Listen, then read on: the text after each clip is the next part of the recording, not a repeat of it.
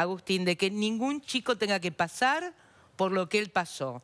Que lo superó, como decías, se convirtió en un referente, Claro. en las redes, pero Agustín quiere que en la ley de acoso escolar, que está muy bien, haya algo más.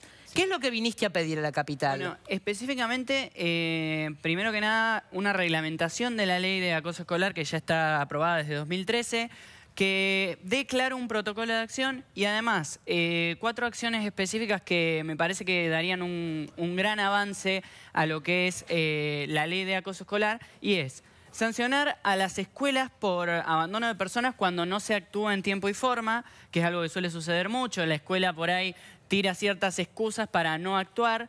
Y también un número de teléfono gratuito para denuncias y asistencia a la víctima. Una campaña publicitaria a nivel nacional con respecto a este tema.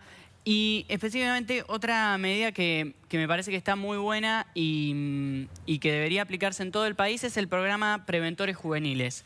Son chicos de las escuelas de cierta ciudad que se reúnen en un lugar y son capacitados con respecto a problemáticas que atraviesan obviamente los jóvenes y son capacitados para actuar en esos casos. Eso me parece que sería fundamental, más viendo la cantidad de programas en el exterior que están priorizando al testigo, que antes era un papel que no se tenía tanto en cuenta. El testigo lamentablemente se convertía en cómplice, como para que no lo discriminaran a él. Son aquellos testigos silenciosos que saben todo, que en el fondo se angustian, pero que terminan apoyando al líder negativo, porque las escuelas justamente lo que tienen que hacer es eso, ¿no, Agustín?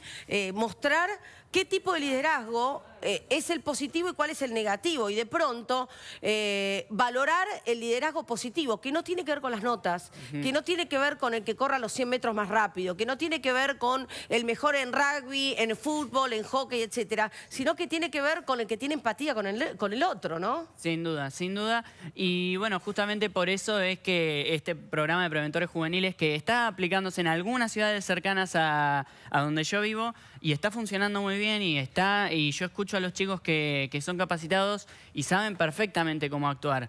Y bueno, por ejemplo, hace unos meses en Finlandia se empezó a aplicar un programa que también prioriza la mirada del testigo, que es el programa Kiva, que también se hizo viral. Qué bueno. Y entonces un poco también adaptándose un poco a eso, que fue esa inspiración, digamos. Vamos a poner un caso extremo.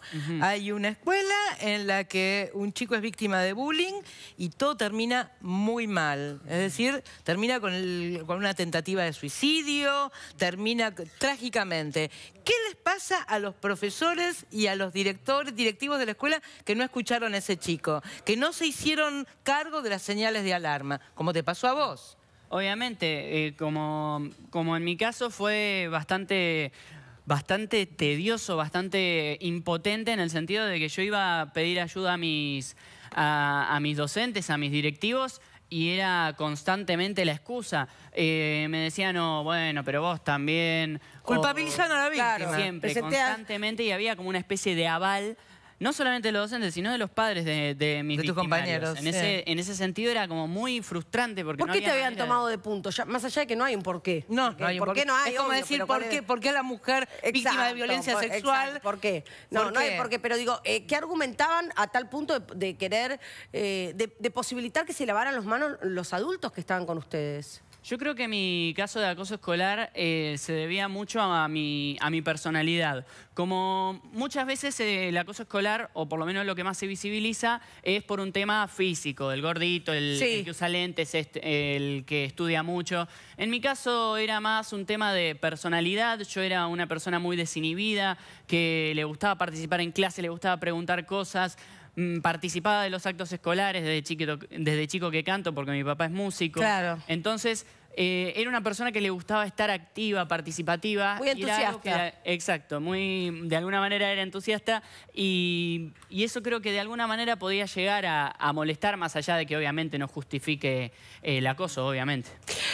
Agustín, ¿cómo es que se te ocurrió convertirte en booktuber y cómo es que se te ocurrió componer este rap, que la verdad es que pone la piel de gallina, es conmovedor el rap que compusiste y muy profesional además. Sí, es que, bueno, surge primero la idea de componer este rap a raíz de una tarea de la escuela. La profesora de música nos dice, escriban una canción y, bueno, a mí me nace la idea junto con mi papá de crear esta canción explicando un poquito lo que yo sentía, lo que a mí me pasaba, sin dar nombres, sin dar apellidos, sin dar un mensaje directo. La pueden escuchar, está en la nota. Está en YouTube, Tan Solo Diferentes, Agustín Son, ahí la van a poder encontrar el rap. Y bueno, surge de ahí la idea de componer esta canción como una manera de catarsis, ¿no? Un poco era de alguna manera catártico. Y bueno, después cuando me cambio de colegio y empiezo a leer como una forma de refugio, después digo, bueno, pero con todo esto que me saca de la realidad, yo también quiero salir al mundo. Entonces creo Y te uniste a tu hermana. Te uniste a tu hermana. Con mi hermana. Por eso se llama como el... Lee Brothers. Lee Brothers se llama. Ay, espectacular. Sí, ahí, bueno, justamente lo que hacíamos era reseñar literatura a través de internet, recomendar libros, que era algo que a mí me apasionaba. Y bueno, de alguna manera eso también fue una forma de resiliencia, de superación y de reavivar una autoestima que estaba por demás muy baja.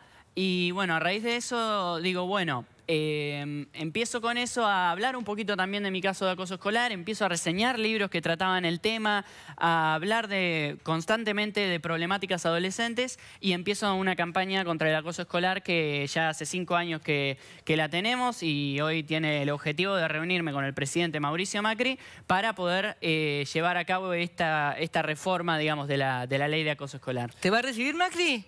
Esperemos que sí. Hoy, en estos días, yo voy a estar presentándome con algunos funcionarios, con algunos legisladores y con la Subsecretaría de Juventud, el Ministerio de Salud, de Justicia. Estamos ahí tratando de Educación, me imagino también. De Educación Sí. estamos también gestionándolo para poder reunirme. Y bueno, obviamente también presentar la nota en Casa de Gobierno, por supuesto, en Casa Rosada, para poder reunirme también con el presidente, que obviamente en esta está con una agenda bastante apretada, pero el objetivo es antes de fin de año ya poder reunirme con él, junto con la